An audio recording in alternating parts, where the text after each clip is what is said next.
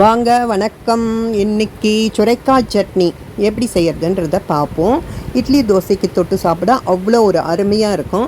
அதுக்கு ஒரு வானலில் 2 ஸ்பூன் எண்ணெய் விட்டுக்கோங்க. 1/4 டீஸ்பூன் கடுகு, 1 ஸ்பூன் உளுத்தம்பருப்பு, 1 டீஸ்பூன் கடலைப்பருப்பு, 1 பிஞ்சு மிளகு, சீரகம், காரத்துக்கேற்ப காஞ்ச மிளகா சேர்த்து நல்லா வதக்கிடுங்க. இப்போ ஒரு 8 பல் பூண்டு, 2 துண்டு இஞ்சி, ஒரு கைப்பிடி அளவுக்கு வெங்காயம், 2 தக்காளி, ஒரு இனுக்கு கறிவேப்பிலை, இது எல்லாத்தையும் நல்லா சேர்த்து வதக்கிடுங்க.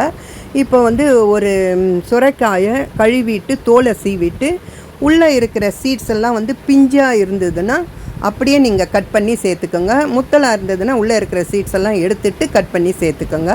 தேவைக்கேற்ப உப்பு சேர்த்து நல்லா வதக்கிடுங்க. இப்போ நல்லா இதில் சுரைக்காவில் இருக்கிற தண்ணி நல்லா வதக்கிடுங்க. சுருளை வதக்கிட்டு இப்போ நல்லா ஆற விட்டு மிக்சி ஜாரில் சேர்த்து நைஸாக அரைச்சிடுங்க. அரைச்சதில் கொஞ்சம் எண்ணெய் சூடு பண்ணி அதில் சேர்த்துக்கோங்க. இப்போ நம்ம யூஸ்வலாக செய்கிற தக்காளி சட்னி, வெங்காய சட்னியை விட இது அவ்வளோ ஒரு இட்லி தோசைக்கு அட்டகாசமாக இருக்கும். செய்து பார்த்து ஒரு முறை எப்படி வந்ததுன்னு கமெண்ட்டில் சொல்லுங்கள். சப்ஸ்கிரைப் பண்ணுங்கள், லைக் பண்ணுங்கள், ஷேர் பண்ணுங்கள். தேங்க்ஸ் ஃபார் வாட்சிங்.